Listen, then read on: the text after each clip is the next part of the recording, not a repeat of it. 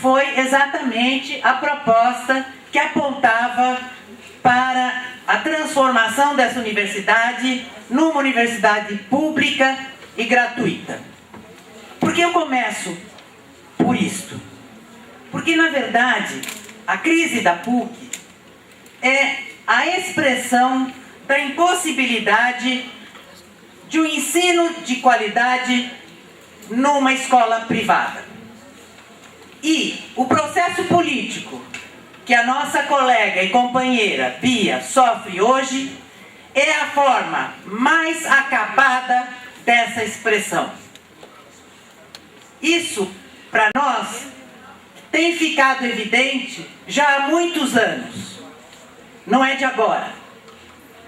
As crises sucessivas que essa universidade viveu durante 3 décadas já demonstravam isso.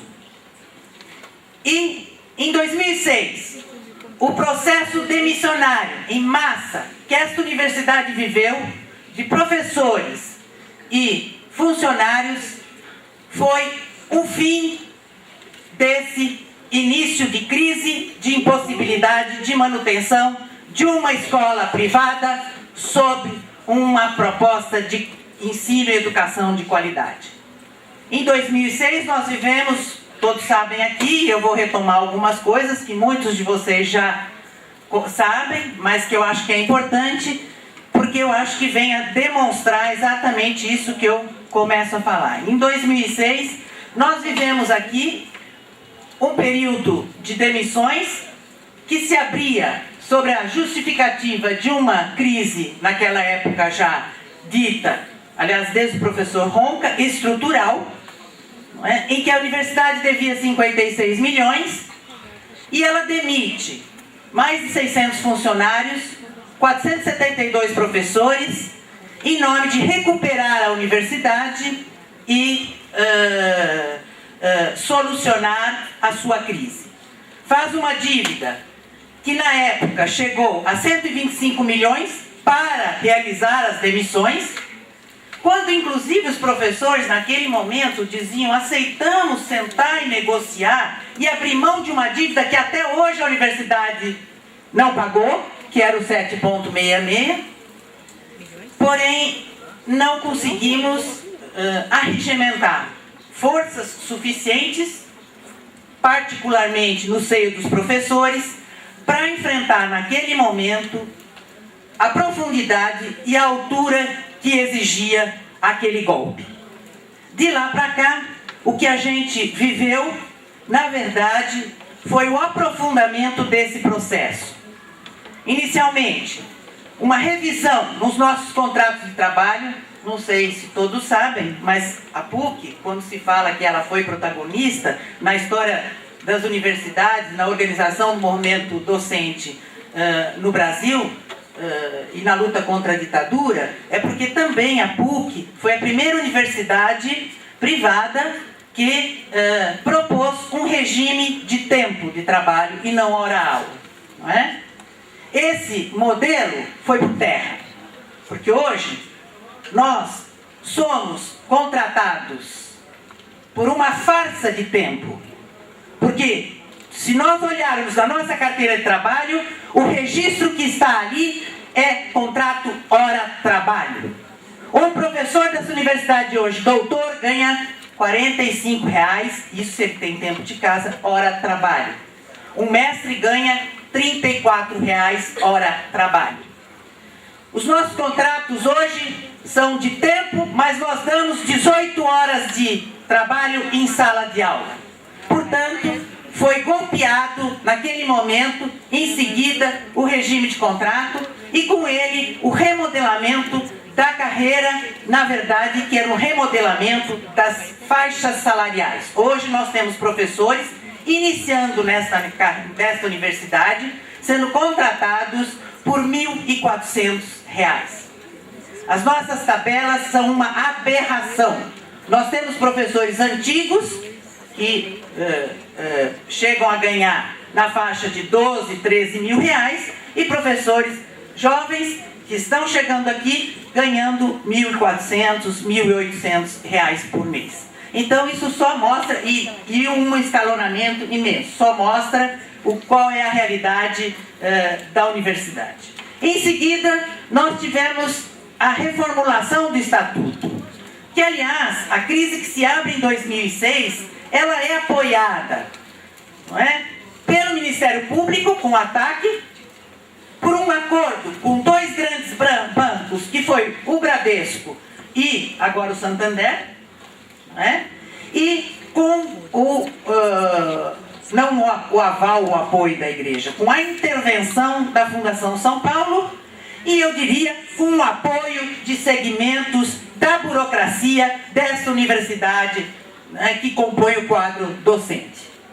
Esse processo que vem com a Estatuinte, e naquele momento, mais uma vez a Estatuinte, né, foi um processo antidemocrático, um processo que não fez uma discussão conjunta e coletiva com tempo suficiente para amadurecer e saiu pelo alto num acordo de uma comissão do Conselho Universitário na época, que sentou com a Fundação São Paulo, e na época era Dom Cláudio, se eu não estiver enganado, e acordou, inclusive, definitivamente, a presença da Fundação São Paulo aqui, quando se coloca no Estatuto o CONSAD, que é o órgão que hoje regulamenta, aprova tudo, onde, neste CONSAD, estão os dois membros secretários da Fundação São Paulo e o reitor. Não é? Ou seja, ele que, apesar de que a gente tenha um consumo, mas tudo que o consumo aprova vai para a aprovação final, então, nesse órgão chamado CONSAD. E, por fim, eu acho que esse golpe, do ponto de vista político, ele vem se dar em dois grandes momentos. Em 2008, quando, também com o apoio de um setor significativo da burocracia dessa universidade, se convoca a Polícia Militar para desocupar os estudantes que ocupavam naquele momento a reitoria, tá certo? Na calada da noite, de madrugada. Na verdade, essa universidade já sofreu um golpe profundo naquele momento. E a gente tem que recuperar isso. A gente não pode discutir o processo que hoje a nossa colega vive descolado desse processo. Nós temos que denunciar esse processo e, inclusive, colocar, sim, em cima da mesa todas as responsabilidades. Porque em 2008, quando a PROPUC defendeu os estudantes, nós fomos rechaçados. Rechaçados. E naquele momento nós não defendíamos o método de ocupação, mas defendíamos a luta dos estudantes pela democracia, que queriam, na verdade, aprofundar a discussão da Estatuinte. E tentaram e vieram ceifando o movimento estudantil, que desde 2006 era o movimento de vanguarda, digamos assim, um movimento que levava à frente o enfrentamento com a intervenção e com o autoritarismo que vinha por sobre ela, chamando a polícia militar. Na verdade, essa universidade se calou diante daquele momento. E de lá para cá, a gente apenas vem sofrendo as demais consequências. E hoje, depois de um processo que no final do ano passado se tentou fazer um enfrentamento em relação ao golpe final, definitivo, de impor um projeto autoritário e conservador nessa universidade, que foi a imposição, pela nomeação do cardeal, da professora Ana Cinta como reitora, porque aqui também temos lista tríplice. Aliás, diga-se de passagem, hoje não há universidade democrática nesse país, porque lista tríplice não é democracia, porque eleição proporcional não é democracia.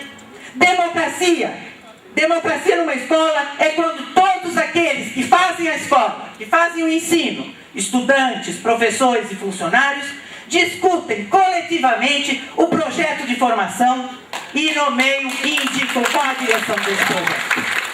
Porque, caso contrário, são burocracias que se assentam nas instituições e que autoritariamente impõe projetos de formação. Eu acho que quando Gramsci dizia o que disse, era isso que ele se referia. Era que devem ser estudantes, professores e funcionários coletivamente que ditam os rumos de uma escola. E aqui, nessa escola, também não temos democracia. Também elegemos por lista tríplice, por uma eleição paritária. Não é uma eleição democrática em que todos têm o mesmo peso de voto. Aliás, eu já ouvi da Fundação São Paulo recentemente dizendo que é demais democrático. Porque quem faz o ensino são os professores. Então nós temos que rever, inclusive, esse ponto, não é, do nosso estatuto agora, numa próxima reforma que vem aí pela frente. Não é? O ano passado, desta lista tríplice, aprovada pelo Conselho Universitário, encaminhada para o Dom Odílio, ele então nomeia a professora Ana Sintra como sua, né, seu braço aqui dentro, e o movimento estudantil mais uma vez sai à frente, numa assembleia massiva de manhã e à noite, chama a greve. E carreia com essa greve professores, e debilmente os funcionários conseguiram apoiar. Porque hoje nós temos um movimento de funcionários nessa universidade profundamente atingido pelo medo, pela derrota, enfim, e golpeado também por todo esse processo. Fizemos uma greve durante praticamente um mês, uma greve que extrapolou os muros dessa universidade, uma greve que se pautava por um princípio de democracia elementar, eu diria que antes de elementar, que era o respeito, né, ao voto das urnas, e desse processo nós encerramos quando já vinha o final do ano, quando não tínhamos mais capacidade de manter um movimento grevista durante as férias, com a intenção de retomar agora no início do ano esse processo. E assim foi feito. No início do ano, na volta, nós retomamos, mas evidentemente que mais uma vez são os estudantes que hoje ainda conseguem resistir bravamente nessa universidade. E nós, professores, estamos, não é, no apoio e na luta, não é, tentando rearticular e reorganizar. E foi no interior deste momento em que, num certo sentido, aquele movimento, né, que foi deflagrado por uma greve em repúdio à nomeação da professora Ana Sintra, que reflui com o início do ano, particularmente nos professores, é nesse contexto que o movimento estudantil chamou, e tem chamado, e chamou no dia 27 de fevereiro, e pediu apoio para a ProPuc na sua assembleia do dia 26, um ato em que a tentativa era que não se realizasse o conselho universitário convocado pela reitora imposta, uma vez que entendíamos, tanto nós e os estudantes entendiam, que era necessário retomar a discussão que ficou pendente do final do ano passado, que dizia respeito à questão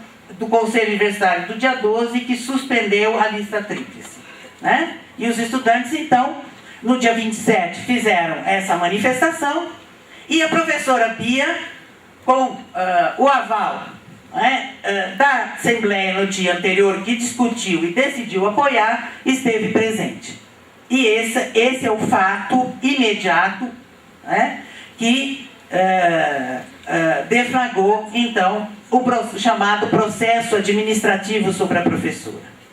Mas aqui o que eu quero dizer é exatamente que o processo sobre a professora Bia, o processo político sobre a professora Bia, ele é, na verdade, a tentativa definitiva de calar agora o movimento docente dessa universidade, que tem resistido na sua entidade à ProPuc. Na verdade, ele representa, de um lado, um ataque, sim, à professora, Por que a professora? Porque a professora Bia é uma liderança no meio dos professores, ela é uma liderança representativa, ela é uma liderança que está dentro do movimento também dos estudantes, respeitada pelos estudantes, não só respeitada dentro dos professores, não é? Mas ao mesmo tempo ela é diretora da APROPUC e, portanto, trata-se de ceifar definitivamente qualquer possibilidade de organização e mobilização de professores dessa universidade e intimidar na forma de um processo político todos os docentes dessa universidade. Aqueles que tentaram anunciar uma mobilização no final do ano, que fiquem quietos. Essa é a mensagem. Porque aqui agora tem dono. Aliás, o Dodino disse claramente isso em dezembro, quando estampou em todos os jornais dizendo que esta universidade tem dono. Já sabíamos disso. Mas agora o dono veio para colocar o seu preposto, que chama-se Ana Sintra, e que vai dar a forma mais acabada ao projeto de privatização e de mercantilização desta universidade, que já se produz há pelo menos 10 anos. Nós dizíamos, e aqui, se quiserem conferir, é só pegar os nossos jornais da APROPUC desde 2002. Me lembro quando o professor Ronca veio numa reunião do Conselho Universitário e colocou que naquele momento a crise que se anunciava para a universidade não era uma crise conjuntural, mais uma crise conjuntural, mas era uma crise estrutural. E desde então nós vivemos esse processo. E em 2006 nós dizíamos claramente de que para essa universidade continuar existindo, ela tinha que aprofundar o modelo privatista mercantil. Por quê? Nenhuma universidade privada sobrevive numa lógica do capital como escola privada, se não implementar o seu modelo mercantil, privatista, enxugado, racionalizador, com contratos de trabalhos sobrecarregando professores e mais, concordo com o senhor professor, se não implantar um modelo que caminha para o ensino à distância. Nesta universidade, alguns cursos já têm 30% sua grade, seu projeto formativo em EAD. Nesta universidade, até agora, nós não fizemos uma sequer discussão coletiva, enquanto universidade, sobre o significado do EAD nesse projeto maior, que é o projeto do capital em relação à educação. E eu concordo plenamente de que o projeto da burguesia, da grande burguesia, do grande capital, é sim aligerar de forma definitiva o ensino superior, tornar ele, isso que o professor acabou de colocar, e mais do que isso, é a tentativa de transformar gradativamente todo o ensino superior, não apenas só em rede privada, mercantil, mas em projetos de ensino à distância. Então, eu penso que a resistência que a gente faz hoje, a resistência que nós fazemos nesta universidade, a resistência que os professores da Unifesp e os estudantes da Unifesp fazem, a resistência que os estudantes e professores da USP fazem, a resistência que se faz na Unicamp, a resistência que se faz com a greve dos professores das federais, não é? A resistência que se faz hoje é uma resistência não apenas contra processos políticos de criminalização. É sim, porque o processo político de criminalização já é a forma mais exacerbada e cabal da podridão do sistema capitalista. É isso que a gente precisa ter claro. E quando um sistema em decomposição, putrefato, como é o sistema capitalista, precisa sobreviver, ele vai atacar de todas as formas os movimentos que fazem resistência. E é isso que nós vivemos hoje. E no caso das universidades, nós vivemos exatamente isso. Ou seja, aqueles que resistem a um projeto mercantil, a um projeto do grande capital em relação à educação, têm que ser ceifados. É essa questão que se trata de a gente discutir. É essa questão que se trata de a gente denunciar, resistir, propagandear, discutir com os nossos colegas, em sala de aula, nos corredores, nos nossos boletins, enfim, se trata de a gente fazer a denúncia de qual projeto está por trás disso e, mais do que isso, não é? Apontar para a necessidade de organização e mobilização nas escolas, dos estudantes, dos professores e hoje, mais do que nunca, aliado à luta dos trabalhadores. Porque acabam de ser demitidos, se eu não estiver errado, me corrijam, 584 professores, trabalhadores no ABC. E vem mais demissões pela frente. Porque a crise está aí. A crise está batendo na porta de todos os segmentos, de todas as formas. Então eu acho que a gente tem que, sim, resistir, fazer a luta, continuar, né, e lutando contra esse grande projeto. Obrigada.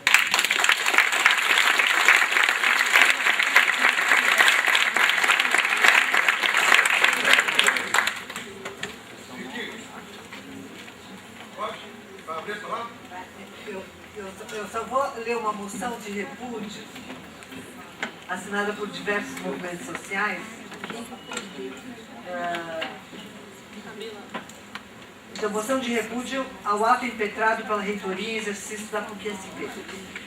Contra todos os princípios democráticos conquistados ao longo de sua história, a Pontifícia Universidade Católica de São Paulo está permitindo e mantendo, através da sua representante na reitoria, uma postura nada menos que autoritária e intransigente na direção da abertura do processo administrativo instaurado contra a professora Beatriz Abramides.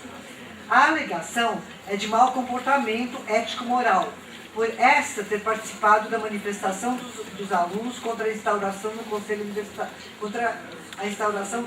Universitário, que entendem que houve quebra do diálogo institucional e reivindicam uma legítima participação da comunidade em processos decisórios, uma vez que se trata de uma instituição de ensino e não de instituição penal.